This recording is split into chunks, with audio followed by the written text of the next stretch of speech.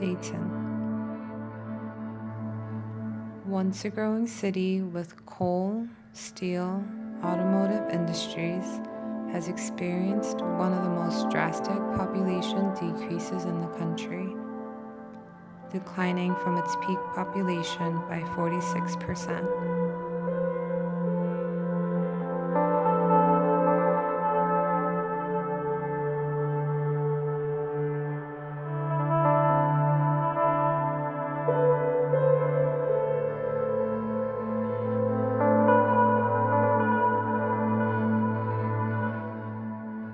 Refugees from war-torn countries come to the U.S. through its resettlement programs.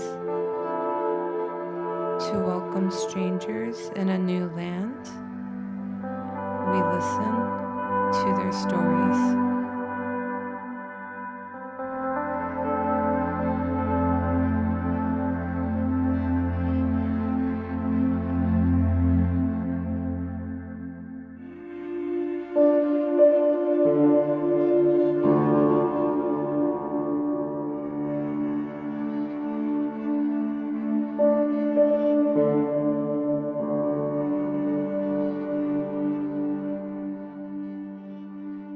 Vurugo kilichosababisha niwe mkimbizi ni vita.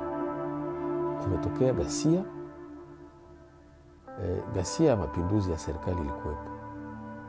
Sasa na hiyo ghasia, wakati kumetokea ghasia kwenye vita, ilibidi watu watoke kwa sababu mwili mpaka hatukuwa na namna nyingine ya kujikingia tofauti na kukimbia.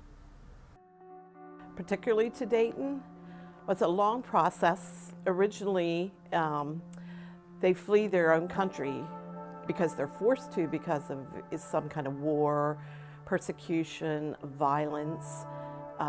They don't have a choice. Something has occurred that's beyond their control and they have to flee, sometimes for their lives.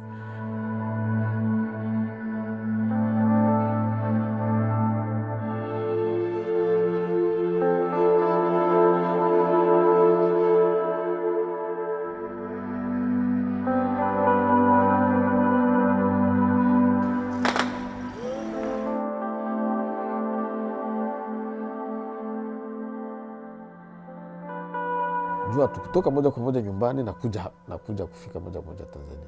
Tulisafiri tukama vituma vijiji kulingana na gisi fujo ilikuwa nakuja nasogelea, ghasia nasogelea, na tuko na sisi tunaendelea. Hadi tulipoona basi hakuna gisi tuende tunasogelea mtu tubaki ndani ya nchi, heri tutoke basi. Na ndo tukachukua sasa boat. Tunafanya boat. Tulikuwa wengi tu, wakimbizi walikuwa, maana yake tulikuwa watu wengi wa kutoka sehemu mbalimbali. Tuko kwenye msafara, tunakimbia, hawa wanajiuliza tuende wapi, hawa kufuatana na uwezo, hawa moja tuende sehemu fulani. Kila watu walikuwa na sehemu wenyewe walikuwa nafikiria, tukienda huku tunaweza tukapata hifadhi na tukaanza tukalelewa vizuri. Baada ya muda mrefu hivyo ulijisikiaje? Nilifurahi sana. Ilikuwa furaha kubwa sana sana. Many people who are in refugee camps don't have employment during that time. Their time is spent surviving, or maybe a lot of sitting around.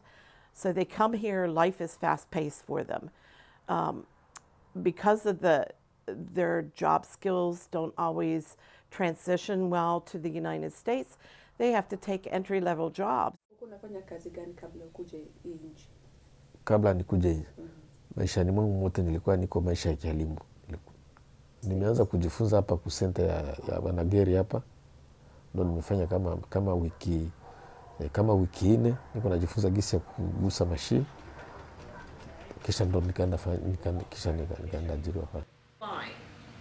Okay. All right. Show me you can do that. Mimi ningekuwa na urahisi wa lugha, ningekuja jiendelesha na walimu. Kwa sababu ndo maisha niliozoea na ndo kazi niliozoea. Lakini sasa kama kwa sababu lugha Kiingereza sijui, na ndo shida. Probably the most important thing in settling anywhere, if you choose to relocate to a foreign country, the most important thing is that you know that language and that you're able to use that language effectively. They work 10-hour days. Some people work 6 days a week, some even 7 days a week. So they're going. Each person receives a stipend. I think it's close to $1,000 to providing and supporting them for that first initial 90 days. The department wanting them to be self-sufficient within 90 days, which is a huge accomplishment if they can do that. People have 5 years. In 5 years they can apply for citizenship. If they don't do that and they are still on some kind of government assistance, they often lose that after 7 years. They do not qualify for that. Of course, just the whole new cultural expectations are difficult for some families to adjust to. Their children are resilient, can come in and usually adapt well, do well. They acquire the language. They become the interpreters in the family. So their family is turned upside down because the children are taking on roles that typically the parents would. A lot of the older kids, the teenagers, look after their younger siblings. In a couple of the families, I know there are some middle school kids, middle school girls. I think the girls have it the toughest. If you happen to be an older girl in a family, because they have to give up their childhood in order to look after their kids. These kids just don't get a chance. There's a little girl that lives real close to the church here who wants to become a doctor. She's voiced it. I would love to see her achieve it, but I don't know how. Our public school is kind of does the best they can, but there's a lot of them fall right through the cracks.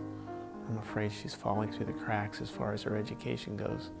I'd like to see these kids voice a dream and give them an opportunity to be able to achieve that dream, even though it might be way outside of what we would think of reality for them. But that's what America is. It's achieving a dream. Mimi ndoto yangu kabisa ni kama inawezekana, kwa sababu mtoto ni mtoto tena si mimi. Lakini naweza penda kwanza watoto wasome sana. Kwa sababu mtu akisoma anakuwaka na mtazamo wa mbali, anakuwaka anajipanga gisi ya kuikizi mahitaji yake na kujua gisi ya kujibeba mwenyewe. Hiyo kabisa ndo inaweza ikawa ni ombi langu kwa Mungu, kama anaweza kawezekana.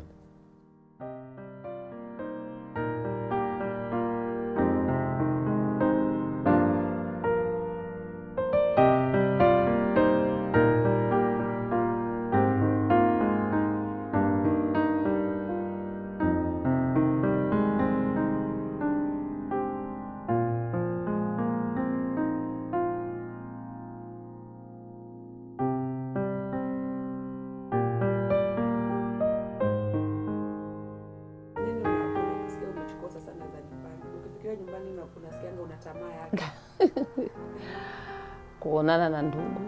Kwanza nimeacha kaka zangu kule. Mama na baba tayari wamefariki, lakini ndugu zangu wako kule. Kuna kaka, kuna wadogo zangu. Hapana, sikupoteza, lakini nina mafikirio tu, kwa sababu ninajisikia nimeacha kitu kimoja, kwa sababu nimeacha watoto wangu wengine huko nyuma.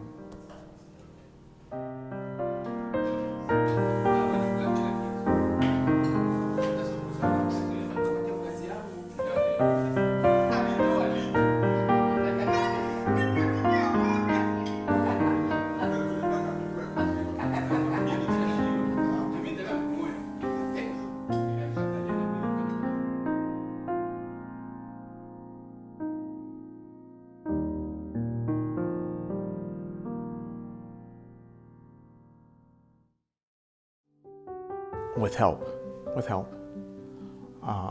It's not going to happen without help. Help. more bodies, more warm bodies. Right now, Gary and I do a lot of things, and we have many great volunteers, but there's always more need for those warm bodies, people who are willing to give it their time and energy. Hi, my name's Ruben Huffman, and I'm here with these kids tonight playing frisbee golf and soccer, just getting to know these boys and build relationships with them, spend time together here. Hi, my name's Mary Louise, and I love to swim, I love to teach swimming, and I love to work with these children, and these children love to swim, so I'm trying to teach them to swim this summer. Hi, my name is Eric Harris. I'm a nurse practitioner here at Shiloh Family Medicine. My wife and I, we host volunteers when they come to Dayton, Ohio. Hi, my name is Janelle, and I graduated from Cedarville University, and I moved to Dayton because I love these refugee families. My name is Dio. I was once a refugee and new to the community, and I'm glad to be giving back to the community, and you are no longer strangers.